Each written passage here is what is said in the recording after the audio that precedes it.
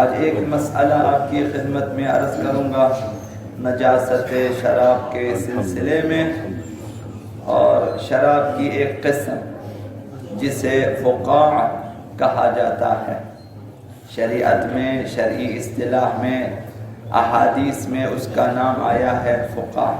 یہ وہ شراب ہے کہ جسے جو سے لیا جاتا ہے اور گندم سے بھی لیا جا سکتا ہے، جو اور گندم سے شراب بنا لیتے ہیں۔ اور جیسا کہ متخصصین نے بیان کیا کہ جو کو پہلے پانی میں اسے تھوڑی دیر کے لیے رکھ دیا جاتا ہے، ایک مخصوص مدت کے لیے، پھر جب اس میں ریشہ نکلنا شروع ہو جاتا ہے پھر اس کو جوش دیتے ہیں خاص مقدار میں پانی میں،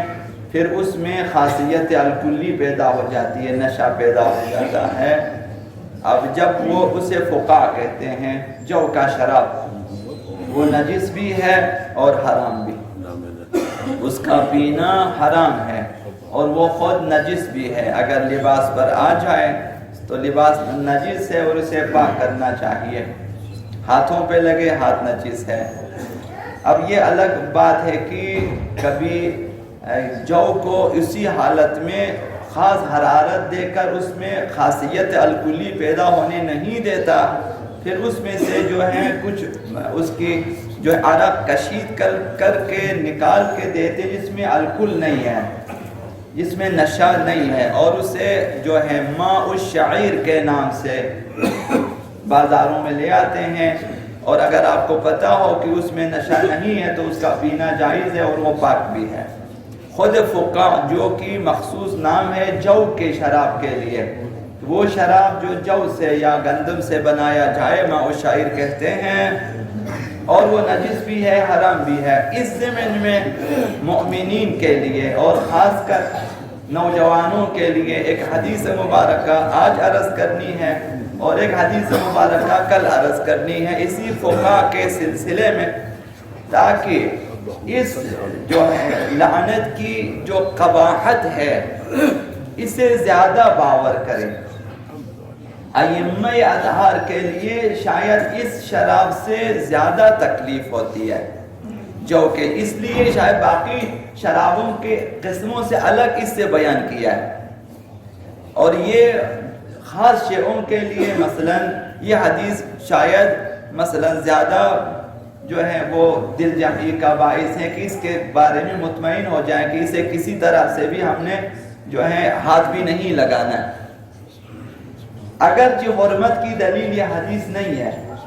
کوئی اور ہے، ائمہ نے فرمایا کہ فقاع حرام ہے۔ یہ حدیث یزید کے سلسلے میں کہ حضرت آقا امام رضا علیہ السلام نے بیان فرمایا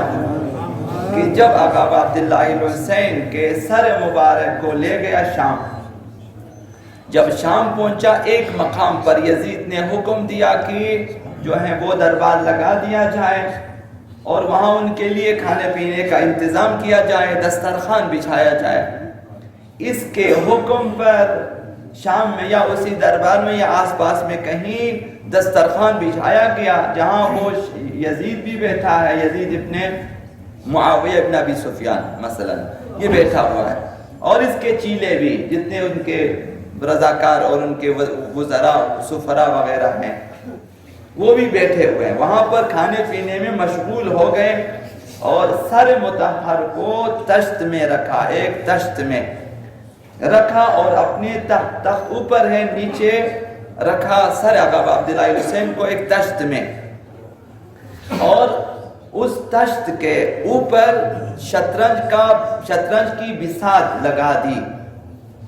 جس پہ شطرنج کھیلا جاتا ہے، وہ تختہ یا وہ جس پہ شطرنج کے وہ مہرے رکھے جاتے ہیں، اس کی بساط اس تشت کے اوپر لگا دیا، اور یزید کھانا مانا کھا کے اور اس کے وہاں شطرنج بھی کھیلنا شروع کیا اپنے حریفوں کے ساتھ، جو بھی اس کے ساتھ کھیلتے تھے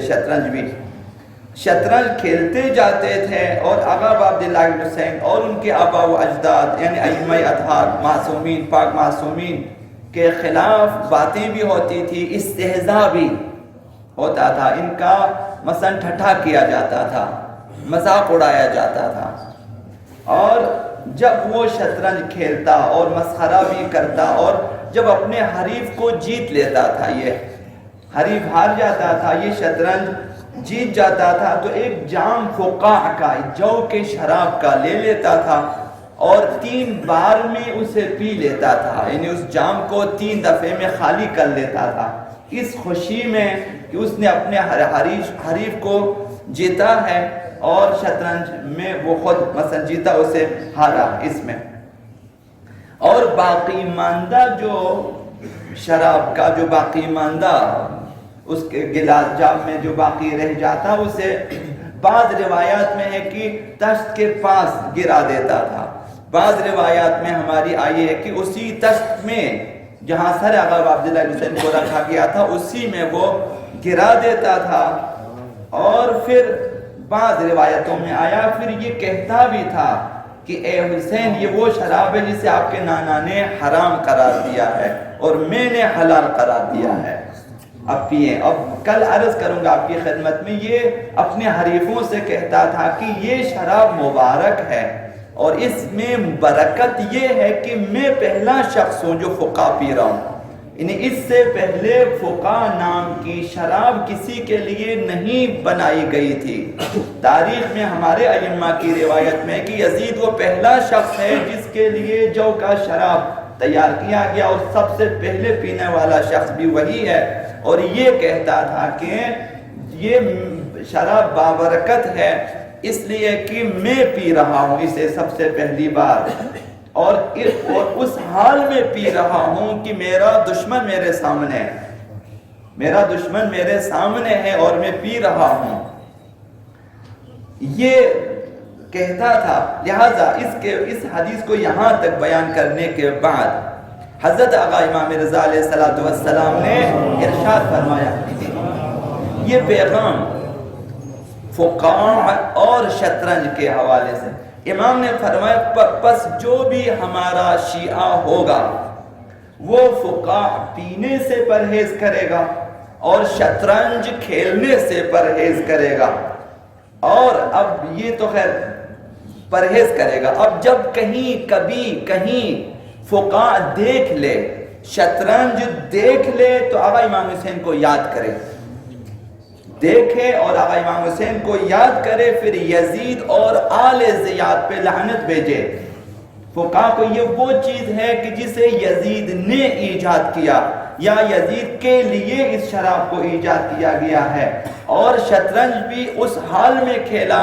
کہ جب سر آقا امام حسین اس کے سامنے تھا، بلکہ شطرنج کی بساط کے نیچے رکھا ہوا تھا، اور پھر بچا ہوا شراب بھی آقا امام حسین کے دشت میں اس سر رکھا اس میں گرا دیتا تھا۔ لہذا فرمایا کہ جو بھی ہمارا شیعہ ہوگا وہ فقہ پینے سے پرہیز کریں، جو کا شراب